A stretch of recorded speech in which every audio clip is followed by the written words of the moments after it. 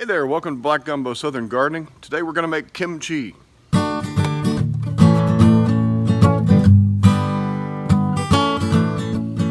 need a couple more cabbages to make kimchi. I think we'll take this one. There we go. And this one. Oh, that's a big one there. We're going to pull off some of these outer leaves. We don't need all this. And here's one of the reasons you want to clean real well. There is a worm, and that is a little round worm. I don't know if you can see that. He's on my knife now. That guy is crawling around in there. That's a little round worm, a planarian type thing. Yeah, he's going compost where he can do his work. Well, we've harvested 4 heads of Hilton Chinese cabbage, which is a Napa type cabbage, as you can see. And they're pretty dense, they're pretty heavy. I think 4 is all we're gonna need. 4 is really all I have room for. But yeah, we're gonna go make some kimchi. We're gonna follow Maangchi's recipe. Maangchi, if you don't know, Maangchi is probably the premier Korean chef on YouTube. She has lots and lots of viewers, lots and lots of recipes, and she makes authentic kimchi. We're gonna follow her recipe. So first I need some supplies. Let's go to the Asian grocer. Here we are at Hong Kong Food Market. We're gonna go get our supplies. Let's go.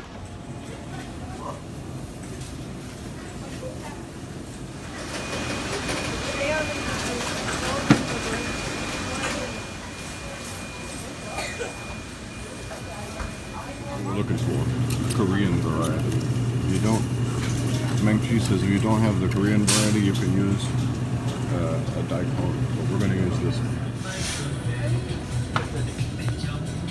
Here's my sandwich. Look at that. Barbecue pork, herbs, cucumbers, pickles. Yeah. This is today's haul. Let's go check it out. We're going to begin our kimchi by soaking our cabbages in cold water and washing them off real good.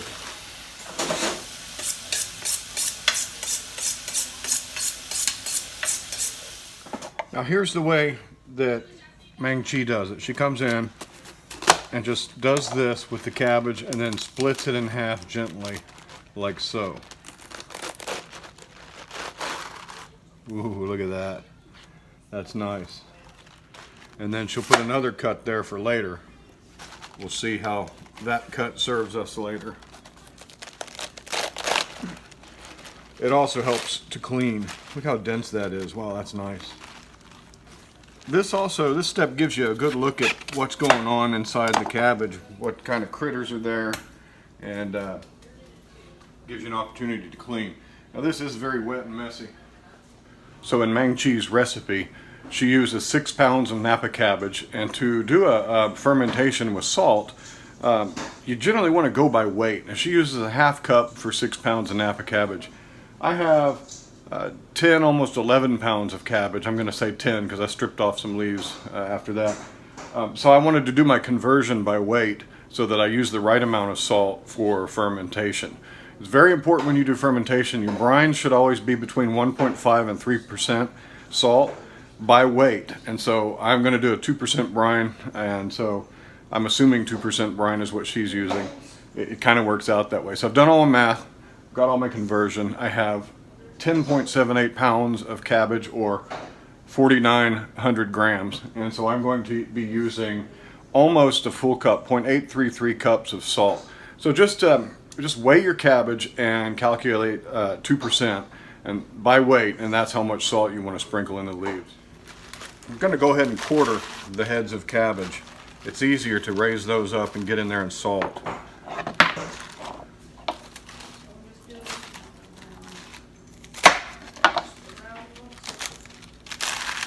Isn't that pretty? Look at that. All right, here comes the hard part. The part I've never done before. The idea with salting is that we're going to put salt in between every leaf of the cabbage. We're going to sprinkle the salt, kosher salt, inside the cabbage, and this will help to draw out the moisture from the cabbage and make a brine. This will also give you an opportunity to look inside your cabbage and clean it out if there's any bugs in there. I've already had to find a snail. And so we'll let these sit salted and let the salt extract the moisture from the cabbage, making its own brine. And we'll do this and let it sit for 30 minutes, and then we'll come and massage the cabbage and make sure that it gets turned. And we'll massage that cabbage in 30-minute increments for about 2 hours, maybe 3, until the cabbage is nice and pliable and bendy, for lack of a better word. And you'll notice almost immediately the cabbage starts to give up its water, and it'll be making its own brine. And so we'll be turning it in that brine several times. Salt in a fermentation process serves to suppress bacteria, harmful bacteria, while allowing the good bacteria that we want to do the work, the lactobacillus bacteria, that can grow in a 2 or 3% solution or brine, while harmful bacteria tend to be killed off by the salt content. And if you don't cover the whole leaf completely, that's okay, because as this draws the moisture out of the cabbage, it's going to make a brine, and as we massage it, we're going to move that salt all around, and that salt will do its job of suppressing the bad bacteria in the fermentation process. It's good to get in there and take care of this bit by bit, huh? Really get to know your food. Okay, you can see it's been an hour and all of this is getting nice and floppy. So we're going to massage it and just turn it around and take some of this brine that's on the bottom. I want to show you how much liquid is in here. You can see all that liquid down there. We're going to pour that over our cabbages, or dip them all in there. I dare say it's working. We're going to let that set for another hour, and we're going to turn it twice during that hour. So it's working. We have our cabbage brining. Awesome. Now we're going to make our porridge, which is the binder for all the spices and the vegetables that go into our kimchi. So I'll move this out of the way.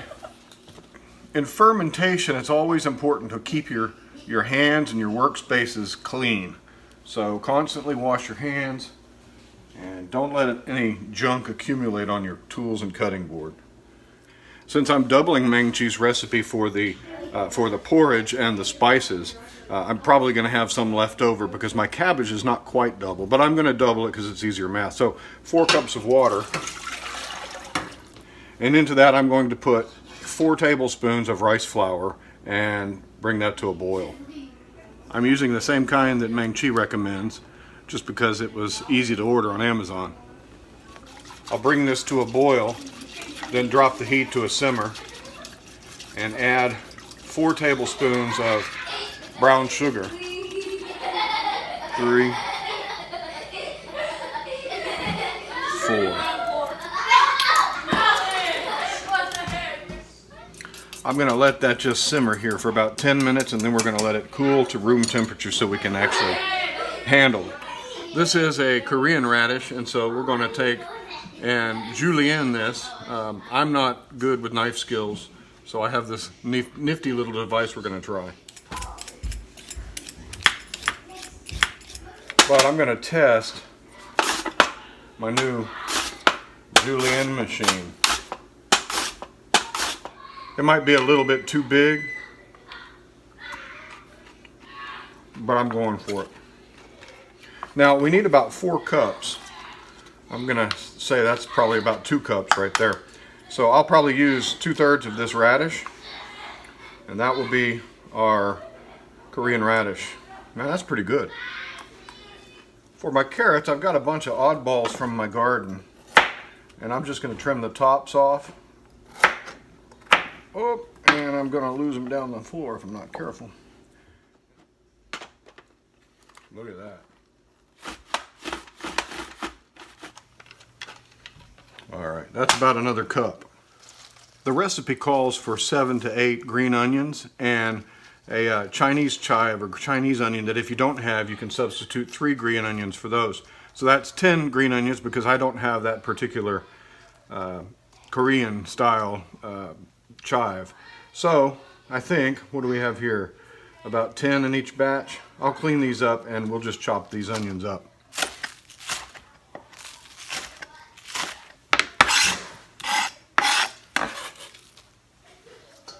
I have this minari, it's also called Chinese celery, and this is one of the things in the video that Maangchi says is good in kimchi. So I found some of this. It doesn't look real healthy down in the stalk, so I'll probably trim a lot of that out. That's got a good celery smell, but it's got a little spice to it. Yeah, that ought to do. I like that. For the doubled recipe, we're going to need a cup of garlic cloves, 2 medium onions. These are actually large onions, so I'm going to use 1.5. And we're going to puree all this. So let's get them ready.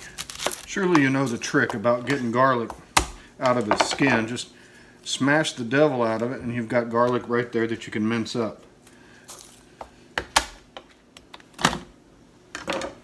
We're going to pulse this until we get a nice creamy puree.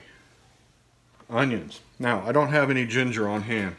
I want some ginger taste in there, so I'm going to put some ginger powder in here. I know that's unorthodox, but hey, you do what you go with what you got.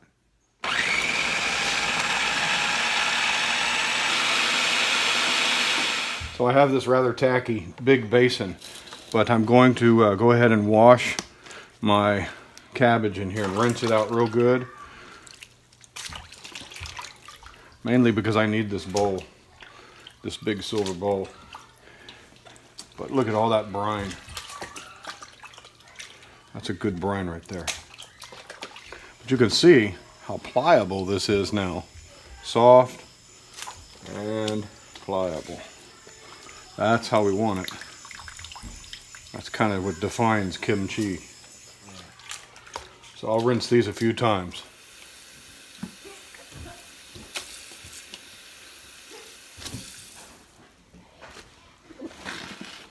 Alright, we'll let that drain a bit. We're going to make our paste for kimchi now. Our pureed onions and garlic and ginger. Smells very good. I'm glad I put that ginger in there. I just forgot to get some when I was up at the market, so we'll make do with what we got. My porridge is room temperature, so I'm going to pour that in. Make sure we get every last bit of it. I'm going to use these fermented salted shrimp. They're tiny little dudes in here, and this is what gives a unique flavor to the kimchi. These guys are already fermented, so they're essentially cooked already. But the recipe calls for half a cup. Since we're doubling it, I'm going to put a cup in here. And you'll squeeze the juice out first into your bowl, and then we'll chop these guys up and add them as well. And we're going to squeeze the sauce out. I think I'm making more of a mess. I can tell you honestly that I have never ever cooked with fermented shrimp. This is a first for me, and it does smell quite good, actually. Do they catch them? Do they raise them? I bet they're farm raised because they're so tiny and all so uniform. Their little black eyes looking at me. Alright, let's chop this up. Kind of smells like mild tuna.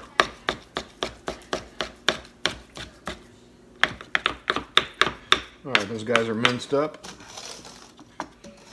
Into the happy pot they go. Alright, we're going to have a cup of fish sauce, and Three Crabs brand is a popular brand I see people use. I've also used squid brand for more Thai kind of flavor. But we'll do a cup of fish sauce. Alright. Okay, so the classic red paste that you see with kimchi comes from the pepper flakes like this red pepper flake. These are hot flakes, and we're going to use 2, maybe 3 cups. If you are doing the standard recipe with 6 pounds of cabbage, 1 cup will give you a mild kimchi. 2 cups will give you a spicy kimchi. We've doubled it, so I'm gonna put 2 cups in, so I'll have kind of an in-between kimchi. So these are red pepper flakes. You want to buy this this particular red pepper powder. The rule is buy the most expensive stuff you can afford. I got this on Amazon. This is the same one that Maangchi uses, and so I'm in good company. So we'll measure out 2 cups and put it into our porridge. 1 cup, 2 cups. Let's do a little bit more just for spice.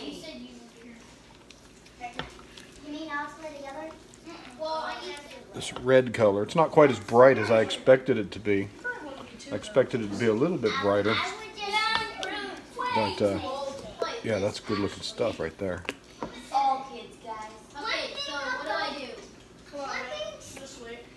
Oh yeah, that tastes like kimchi.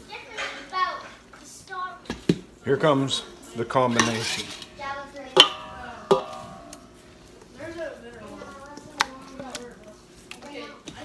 This becomes our paste that we're going to rub in between every single cabbage leaf, and then we're going to put it in a crock and let it ferment for a few days. So, because this is peppers, I'm going to use gloves. Although I guess if you're a hardcore kimchi maker, you use your hands. But isn't that beautiful? It almost looks like pasta. I'm going to be using these 1-gallon crocks to do the ferment. And again, with fermentation, make sure everything is clean. I don't believe it's necessary to sterilize them, but they do need to be washed with soap and water. Alright, so we're going to take one of our cabbages, and we're just going to start slathering it with the paste. I think I should do it this way. Getting it into every crevice. That is beautiful. So now what I'm going to do is fold it in half. And drop it in my crock. Alright. You want to push them down in there. As with any ferment, you don't want your food exposed to oxygen as much as you can help that out. Oxygen is the enemy to a good ferment, and so you want to stuff your cabbage down deep into the crock and cover it with as much of the liquid that oozes out as possible. And that's just the standard for any kind of fermentation. And to think, this morning this was growing in my garden. This cabbage is so rubbery and limber. And oh, this just smells so good already. I can hardly believe how delicious this smells. And there we are. We have 2 stuffed crocks, about 1 gallon each. And we're going to let that ferment for a few days. And I'm going to watch that top. You want to leave some head space because a ferment will often push the contents up. So I'm going to put this in my garage. It's cool outside. It'll ferment a little slower outside in the coolness, but it will still ferment. So yeah, look at that. It just smells so delicious. It's hard to explain how good that smells. So this will ferment for about 5 days. You can ferment this as long as you want, but if you want it real tangy and sour, let it go longer. When you want to slow down that fermentation process, put it in jars and stick it in the fridge. You want to burp it every now and then too, but ooh, that's good looking stuff. Now here's what happened. I had 1, 2, 3/4 of a cabbage left. So our weights were a little bit off, or maybe I used a little bit too much of the paste. But yeah, we've got some left. So there we go.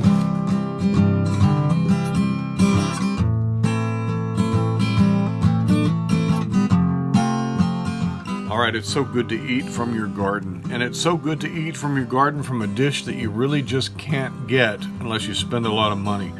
Kimchi is such a good and healthy, it's just such a healthy dish. It's packed with nutrients. And I'm so glad that I found Maangchi's recipe and the traditional way of making it. Not the shortcut ways, not the quick kimchi, but the traditional way that's been used for thousands of years. So go check her out. I'll link you to her and look at that recipe. The recipe that she uses is linked in her video so that you can get all your quantities and stuff right. And yeah, go make some kimchi. Thanks for joining us today on Black Gumbo Southern Gardening. Like our videos, subscribe to us if you haven't already. Follow us on Facebook, follow us on Instagram, and we'll talk to you next time. Happy gardening to you. Bye-bye.